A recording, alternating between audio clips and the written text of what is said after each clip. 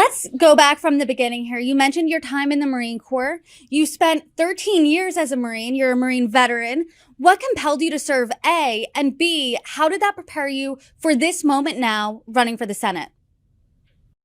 I grew up in mid-Missouri, in a medium-sized town, and it was the perfect place to live, right? All of us kids running in and out of each other's houses, everybody in that neighborhood taking care of each other. And one of the interesting things about that neighborhood is it was so magical, despite the fact that none of us really had any money. I mean, like my parents got married young at 19 and 22.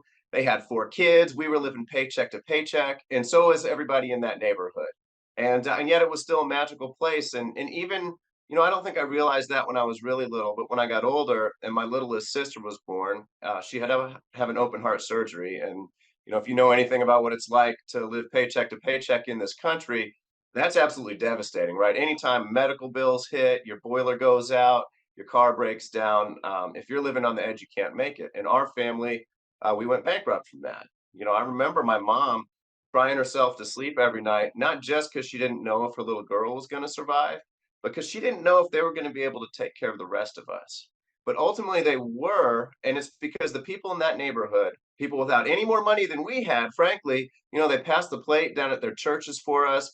They brought more tuna casserole by the house than we could ever eat. And they really, really took care of us. And so for me, it just showed me what people in this country can do, the way they can take care of each other when they have the right resources. When politicians like Josh Hawley aren't leaving them behind, stripping our communities for parts. If you go back to that neighborhood now, the first house I lived in is an empty lot.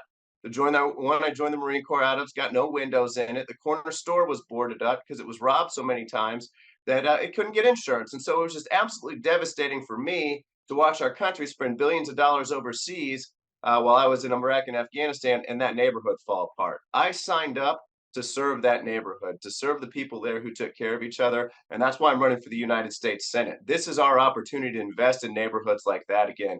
If we can just get everyday people back into the U.S. Senate, and so I think that time in the Marine Corps, it prepared me well because I can tell you right now, a campaign for office is grueling.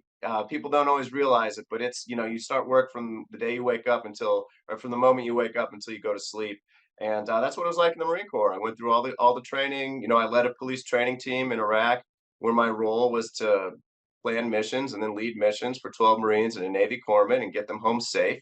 Every day. That's a real burden. It's a real honor to have. I'm proud I was able to do it, but it really it shouldered me with heavy responsibility early on in my life in a way that I understand what I'm doing right now, and I understand how critical it is, and I'm willing to put in the work.